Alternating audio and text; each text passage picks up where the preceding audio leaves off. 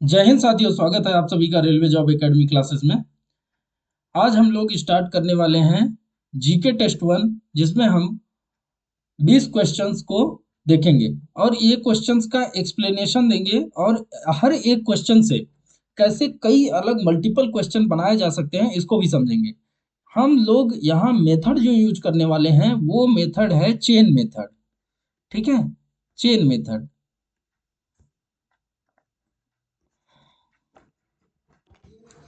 देखिए, chain method की खास बात ये होती है कि हम इसमें एक क्वेश्चन से 10 क्वेश्चन तक बना सकते हैं। ठीक है, एक क्वेश्चन से 10 क्वेश्चन। अब ये कैसे बनाएंगे? तो देखिए, एक क्वेश्चन में ही कई क्वेश्चन जो है अटैच्ड होते हैं। उसी क्वेश्चन में जो है कई क्वेश्चन बनाए जा सकते हैं। मतलब उससे रिलेटेड कई बार क्या होता है, सेम क्वेश्चन ना पूछ के अलग क्वेश्चन पूछ लेता है, लेकिन उसी से कनेक्टेड रहता है। इस मेथड का यूज करके हम अपने स्टडी को और स्ट्रॉन्ग कर सकते हैं और तैयारी को मजबूत कर सकते हैं, जिससे हमारा सिलेक्शन का जो चांसेस है वो बहुत ज्यादा बढ़ जाता है। 100% सिलेक्शन पाने के लिए आपको इस मेथड की बहुत जरूरत है। इसीलिए आप इस मेथड को इग्नोर नहीं करेंगे और हमारे साथ में तैयारी करेंगे और पूरा वीडियो को देखना है। देखो भैया, सीधी सी बात एक है, हम आप लोग दे रहे हैं, जिसकी तैयारी होगी तगड़ी वो ले जाएगा पोस्ट। एक पोस्ट पाने के लिए सैकड़ों लड़के तैयारी कर रहे हैं। ये समझ लीजिए आप कि पोस्ट है एक और फॉर्म पड़े हैं 1,000, ऐसे 4,000, 5,000, ऐसे जो है कंपटीशन। इतने कंपटीशन में सिलेक्शन किसको होगा? क्योंकि भाई पोस्ट तो सबको चाहिए, नौकरी सबको चाहिए। तो तैयारी को जितना स्मार्टली आप करोगे उतना ज्यादा चांस होगा आपका सिलेक्शन का। कुछ बातें हम पहले से बता दे रहे हैं, बाकी अब हम लोग वीडियो को स्टार्ट करने जा रहे हैं। तो चलिए हम लोग अपने पहले क्वेश्चन को पढ़ते हैं। पहला क्वेश्चन हमारा है, सुरक्षा परिषद के 5 स्थायी सदस्य हैं। 4 ऑप्शन दिए हुए हैं। इन चारों ऑप्शन को देखिए, ध्यान से ऑप्शन को देखिए, क्योंकि गलती ये होती है हम लोग ऑप्शन को देखने में और समझने में गलती कर देते हैं। होता कुछ और है, हो कुछ और जाता है।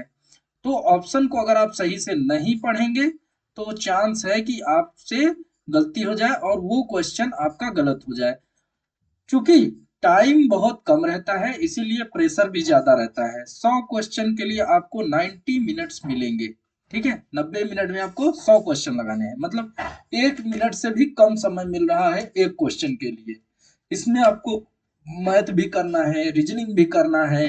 ठीक है, इसीलिए ये जरूरी है कि आप लोग हर एक क्वेश्चन को अच्छे से समझें। वैसे तो तैयारी के लिए बहुत सारे चैनल चल रहे हैं, लेकिन आप लोगों की तैयारी तभी मजबूत होगी जब आप लोग एक चैनल को फॉलो करेंगे। एक चैनल को फॉलो करने से फायदा ये है कि एक ही जगह पर आपको सारी तैयारी, सारा प्रिपरेशन करा दिया जाएगा। अगर आप लोग इधर उधर भटकेंगे तो सिलेक्शन के चांसेस उतने ही कम होते चले जाएंगे। चलिए, चारों ऑप्शंस को हम लोग देखते हैं और समझते हैं कि क्या कह रहा है। ऑप्शन ए है कि चीन है, जर्मनी है, रूस है, ब्रिटेन है और यूएसए है। ऑप्शन बी चीन, Germany, USA, Britain, Canada. Option C चीन, फ्रांस, रूस, ब्रिटेन, यूएसए। ऑप्शन डी चीन, कनाडा, फ्रांस, यूएसए और जर्मनी। देखिए, इसकी जो कड़ी है मैं आप लोगों को बता दूं, सेकेंड वर्ल्ड वार, जो सेकेंड वर्ल्ड वार था यहां से इसकी कड़ी मिलती है। ठीक है, सेकेंड वर्ल्ड वार कब से कब तक हुआ था? ये हुआ था 1939 से लेकर 1945 तक। ठीक है, 1939 से लेकर 1945 तक सेकेंड वर्ल्ड वॉर हुआ था। सेकेंड वर्ल्ड वॉर में दो ग्रुप थे। एक थे आपके मित्र राष्ट्र और एक थे धुरी राष्ट्र। ठीक है, तो जो मित्र राष्ट्र थे उनकी जीत हुई थी और मित्र राष्ट्रों के द्वारा ही इस ऑर्गेनाइजेशन को बनाया गया था। संयुक्त राष्ट्र संघ का निर्माण किया गया और संयुक्त राष्ट्र संघ के माध्यम से ही संयुक्त राष्ट्र सुरक्षा परिषद का भी निर्माण किया गया। ठीक है, तो मित्र राष्ट्र में कौन कौन से थे? तो देखिए, आप यहाँ पे हो जाएगा आपका, जैसे अमेरिका। ठीक है, अमेरिका मित्र राष्ट्र में था। एक तो अमेरिका हो गया, फिर हो गया आपका ब्रिटेन हो गया, ठीक है, ब्रिटेन हो गया। फिर आपका हो गया फ्रांस हो गया, ठीक है, फ्रांस हो गया। फिर हो गया आपका यूएस, ये क्या कहते हैं आपका अ, ये चीन हो गया, ठीक है, चीन, ठीक है। और आप ये देखेंगे कि चीन सब में है, तो चीन तो भाई ये सभी ऑप्शन में आ जा रहा है। फिर आ रहा है जर्मनी, तो जर्मनी देखिए धूरी राष्ट्र में था, तो जिसमें जिसमें जर्मनी है वो काट दीजिए आप।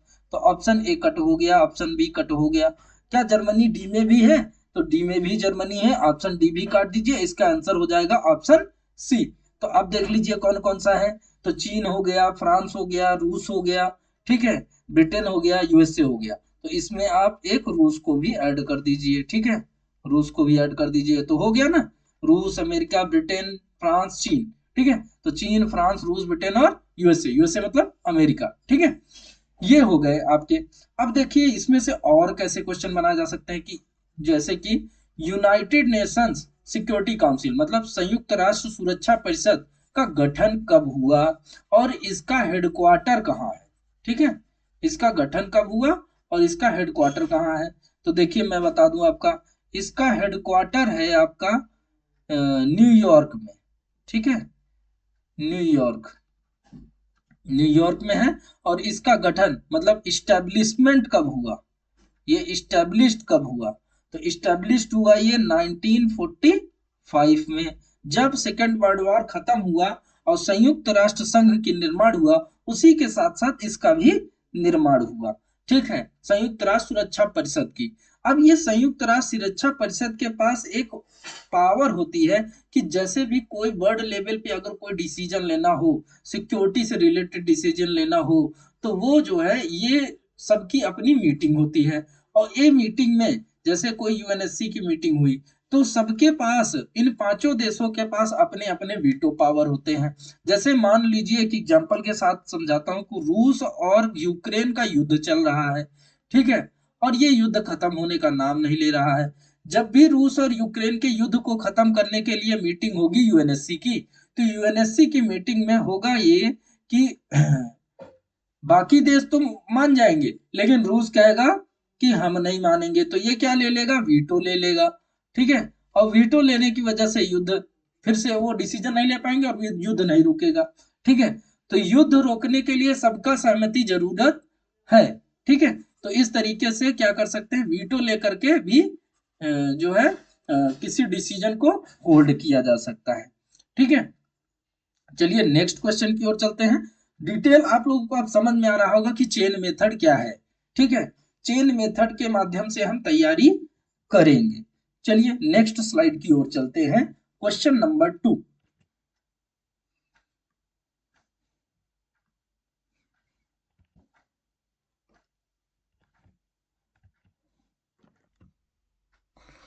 क्वेश्चन नंबर 2 आप लोग देखिए। क्वेश्चन नंबर 2 आपका हो गया कि निम्नलिखित में कौन सुमेलित नहीं है। इस चीज को ध्यान देने वाली बात है कि कौन सुमेलित नहीं है, ये पूछ रहा है। तो आपका 4 ऑप्शन दिया है। ऑप्शन ए राजस्थान परमाणु ऊर्जा संयंत्र उदयपुर, नरौरा परमाणु ऊर्जा संयंत्र उत्तर प्रदेश, कल्पक्कम परमाणु ऊर्जा संयंत्र तमिलनाडु और कैगा परमाणु संयंत्र कर्नाटक। देखिए परमाणु संयंत्र से कई बार कई क्वेश्चन पूछे जाते हैं, ठीक है।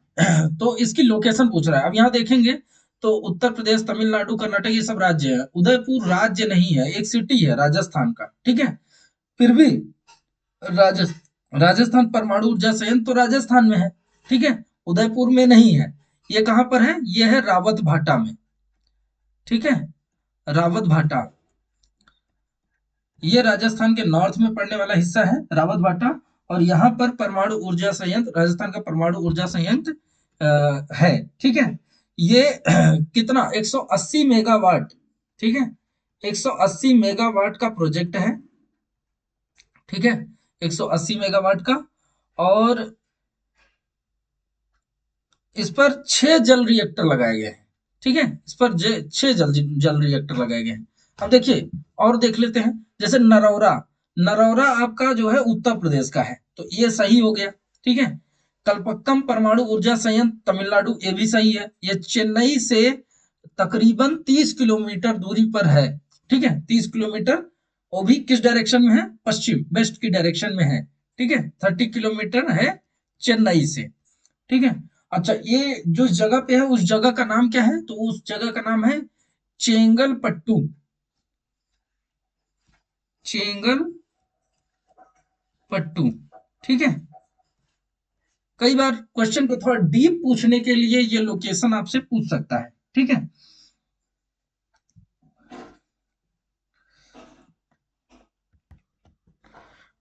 कलपक्कम परमाणु ऊर्जा संयंत्र में 220 मेगावाट के, ठीक है, 220 मेगावाट के दो इकाइयां हैं, दो इकाई।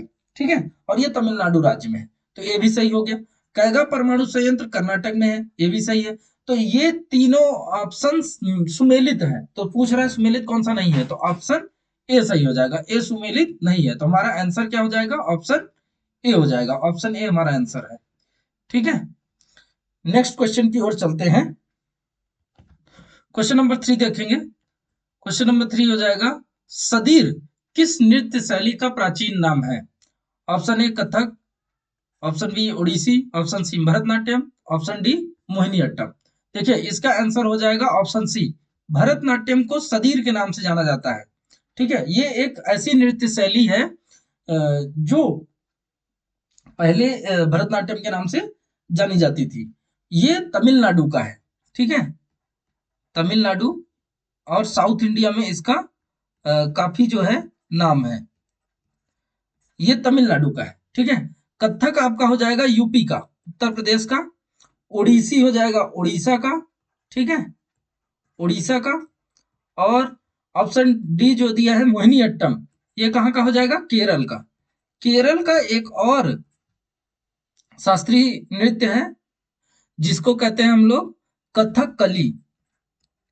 कथकली, कथकली केरल का है। ठीक है। अब जैसे आसाम का हो जाता है सत्रिया। ठीक है।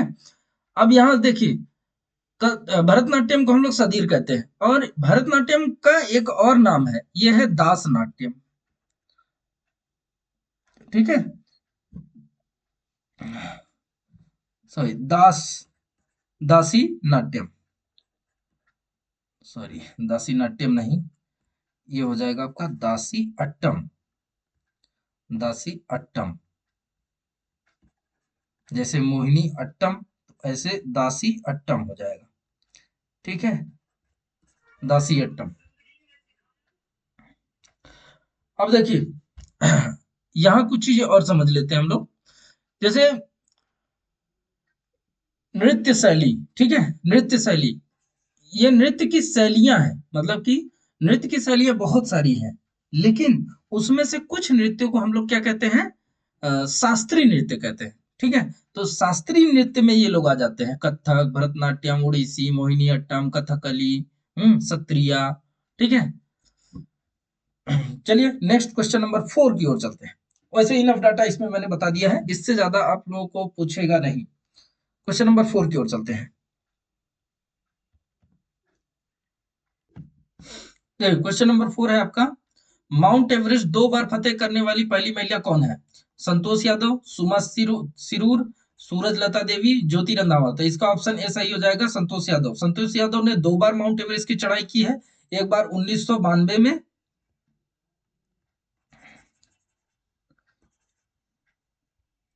एक बार 1993 में, 92 और 93, 1992 और 1993 में 2 बार इन्होंने चढ़ाई की है। ठीक है। अगर महीने की बात करें तो मई का महीना दोनों में था, मई के मंथ में ही चढ़ाई किया है इन्होंने।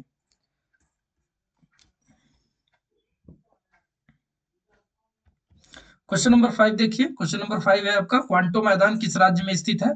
तो क्वांटो मैदान आपका राज्य नहीं, सॉरी, देश में, किस देश में स्थित है? तो क्वांटो मैदान चीन में, कंबोडिया में, न्यूजीलैंड में कि जापान में? तो ये जापान में स्थित है। क्वांटो मैदान कहाँ पर है? जापान में स्थित है। नेक्स्ट क्वेश्चन में चलते हैं। Question number 6। क्वेश्चन नंबर 6 देखिए, निम्न में से कौन सा कथन असत्य है? सतह से हवा में मार करने वाली आकाश मिसाइलों के एयरफोर्स संस्करण का उड़ीसा के चांदीपुर के निकट एकीकृत परीक्षण रेंज से सफल परीक्षण किया गया। ठीक है, ये पूछ रहा है कौन सा असत्य है। आकाश मिसाइल 25 किलोमीटर तक मार कर सकती है तथा यह 60 किग्रा तक की युद्धक सामग्री ले जाने में सक्षम है। ऑप्शन सी, आकाश का सैन्य संस्करण वर्ष 2008 से ही सेना में शामिल है। ऑप्शन डी, उपरोक्त में से कोई नहीं। मतलब ऑप्शन ए असत्य है कि ऑप्शन बी असत्य है कि ऑप्शन सी असत्य है कि ऑप्शन डी मतलब कोई भी असत्य नहीं है। तो इसका आंसर हो जाएगा ऑप्शन डी, कोई भी असत्य नहीं है, ये सभी बातें सही है। सतह से हवा में मार करने का जो परीक्षण हुआ है वो एयरफोर्स का, ये कहां पर, उड़ीसा के चांदीपुर में। देखिए चांदीपुर में ज्यादातर परीक्षण किए जाते हैं, और वो किसके परीक्षण किए जाते हैं, तो वो है मिसाइलों के। मिसाइल सिस्टम का जो परीक्षण होता है वो ज्यादातर उड़ीसा के चांदीपुर में ही होता है। ठीक है, आकाश मिसाइल 25 किलोमीटर तक मार कर सकती है, सही है। यह 60 किग्रा तक की युद्धक सामग्री ले जाने में सक्षम है, ये भी बात सही है। ठीक है, आकाश का सैन्य संस्करण वर्ष 2008 में से ही सेना में शामिल है। आकाश जो मिसाइल है ये सतह से हवा में मार करने वाली मिसाइल है। ठीक है, क्वेश्चन नंबर 7 की ओर चलते हैं। देखिए क्वेश्चन नंबर 7 हो जाएगा, सही सुमेलित नहीं है। इसमें भी यही पूछ रहा है कौन सा सुमेलित नहीं है। 29 दिसंबर अंतर्राष्ट्रीय शिक्षा दिवस, 24 दिसंबर राष्ट्रीय उपभोक्ता अधिकार दिवस, 23 दिसंबर किसान दिवस, और 18 दिसंबर अंतर्राष्ट्रीय प्रवास दिवस। तो देखिए ऑप्शन बी सही है, सी सही है, डी सही है। ऑप्शन ए आपका सुमेलित नहीं है, गलत है, क्योंकि अंतर्राष्ट्रीय शिक्षा दिवस कब मनाया जाता है, ये मनाया जाता है 24 जनवरी को। ठीक है, 24 जनवरी को मनाया जाता है। और 2024 की थीम क्या थी, तो 2024 की थीम थी स्थायी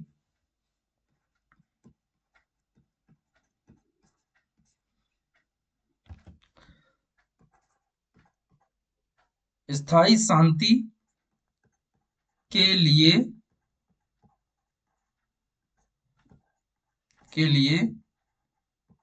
शिक्षा, ये 2024 की थीम थी। ठीक है, अंतर्राष्ट्रीय शिक्षा दिवस के 2024 की थीम थी स्थायी शांति के लिए शिक्षा। अब देखिए इसको मनाने का डिसीजन संयुक्त राष्ट्र ने कब लिया। ठीक है, इसका मनाने के लिए संयुक्त राष्ट्र महासभा ने इसका जो लिया था डेट, वो क्या थी, वो थी 3 दिसंबर 2018। ठीक है, 3 दिसंबर 2018 को संयुक्त राष्ट्र महासभा ने डिसीजन लिया कि हम 24 जनवरी को अंतर्राष्ट्रीय शिक्षा दिवस मनाएंगे। तो इस हिसाब से पहला अंतर्राष्ट्रीय शिक्षा दिवस कब मनाया गया, वो मनाया गया 2019 में। ठीक है, 2019 में। तो 2019, 20, 21, 22, 23, 24, ठीक है, तो 2018 में नहीं मनाया गया क्योंकि दिसंबर में ही तो डिसीजन लिया गया है। अब देखिए 2023 की थीम क्या हो जाएगी, 2023 की थीम थी to invest in people, to invest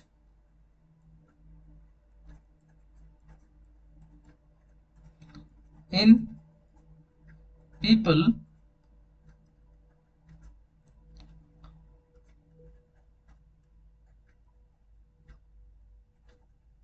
prioritise prioritise education.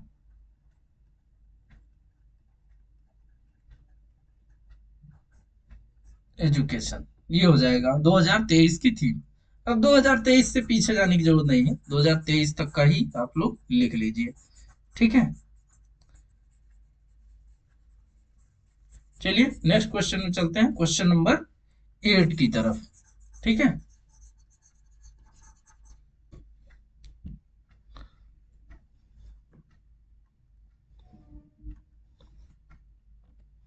Question number 8 आपका है, रेणुका झील स्थित है कहां पर, हिमाचल प्रदेश में, असम में, उत्तराखंड में कि राजस्थान में। क्वेश्चन नंबर 8 बहुत अच्छा है, इसलिए झीलों से रिलेटेड क्वेश्चन पूछ रहा है। ठीक है, तो इसका ऑप्शन ए सही हो जाएगा, हिमाचल प्रदेश। हिमाचल प्रदेश के सिरमौर जिला में, क्या नाम है जिले का, सिरमौर। सिरमौर जिले में ये झील है, ठीक है। ये झील समुद्र तट से 672 मीटर हाइट पर है, ठीक है, 672 मीटर की ऊंचाई पर है। और ये नाहन नाहन से 37 किलोमीटर दूर है, ठीक है, 37 किलोमीटर की दूरी पर है। और पांवटा साहिब से 60 किलोमीटर की दूरी पर है। वैसे ये सब जरूरत नहीं है, किलोमीटर वगैरह जाने की जरूरत नहीं है, सिंपली ये जाने की जरूरत है कि रेणुका झील कहाँ पर है, हिमाचल प्रदेश में। कौन सा जिला है, बहुत ज्यादा पूछेगा तो जिला, तो सिरमौर जिले में है, ठीक है। क्वेश्चन नंबर 9 में चलते हैं। क्वेश्चन नंबर 9 देखिए, गुट निरपेक्ष आंदोलन की स्थापना में शामिल नेता कौन कौन से थे? Option A marshal Joseph Tito, option B colonel Nasser, option D Pandit Jawaharlal Nehru. तो देखिए, गुट निरपेक्ष आंदोलन, इसको हम लोग कहते हैं नॉन अलाइनमेंट मूवमेंट, ठीक है, NAM नाम। इसकी स्थापना साल 1961 में हुई थी, ठीक है, 1961 में किया। और ये यूगोस्लेविया के बेलग्रेड में हुआ था। किस जगह पे? Belgrade, Belgrade. और ये बेलग्रेड जगह है कहाँ? ये है यूगोस्लाविया में, यूगोस्लाविया देश है, ठीक है। इस देश में 1961 में नॉन अलाइनमेंट मूवमेंट अर्थात गुट निरपेक्ष आंदोलन का स्थापना किया गया। इसकी स्थापना में 3 लोग शामिल थे। मार्शल जोसेफ टीटो, ठीक है, दूसरा हो जाएगा कर्नल नासिर। कर्नल नासिर का पूरा नाम है गमाल अब्दुल नासिर। ऑप्शन और ये हो जाएंगे हमारे पंडित जवाहरलाल नेहरू जी। ये उस समय भारत के प्रधानमंत्री थे। और जो कर्नल आपके नासिर थे, ये मिस्र के, ये पूर्व राष्ट्रपति थे। ये मिस्र के पूर्व राष्ट्रपति हैं। और जो मार्शल जोसेफ टीटो, क्योंकि ये कहां पर हुआ है? यूगोस्लाविया का, तो ये यूगोस्लाविया के राष्ट्रपति थे। तो इन तीनों लोगों ने मिलकर गुट निरपेक्ष आंदोलन को 1961 में स्टार्ट किया। तो इस तरीके से ऑप्शन क्या हो जाएगा सही? ऑप्शन सी सही हो जाएगा, ए बी एवं डी सभी, ठीक है। क्वेश्चन नंबर 10 में चलते हैं। देखिए क्वेश्चन नंबर 10, डायना मंदिर हेतु प्रसिद्ध स्थान है, मतलब ये डायना मंदिर कहाँ है? देखिए, ये डायना देवी का मंदिर है। ये कहाँ पर है ये पूछ रहा है, ठीक है। डायना मंदिर सिंपली लिखा है। Option A Kathmandu, option B Mecca, option C Bethlehem, option D Ephesus. तो देखिए, डायना मंदिर जो है आपका, ये इफेसस में है। और ये इफेसस कहाँ पर है? इफेसस नाम की जगह है तुर्की में, ठीक है। तो ये किस देश में पड़ता है? तुर्की में है, ठीक है। इस मंदिर से नजदीकी जो समुद्र तट है वो पश्चिमी समुद्र तट है। और उस समुद्र तट पे जो बंदरगाह है उसका नाम है स्मरना। क्या नाम है? स्मरना बंदरगाह, ठीक है। तो यहां से हम लोगों ने एक नया मेथड निकाला, चेन रिएक्शन मेथड। और चेन मेथड या चेन रिएक्शन मेथड के माध्यम से हम लोगों ने काफी अच्छा एक्सप्लेनेशन देखा। और इसी तरीके से अगर हम लोग पढ़ते रहे तो हम लोग एक क्वेश्चन से 10 क्वेश्चन तक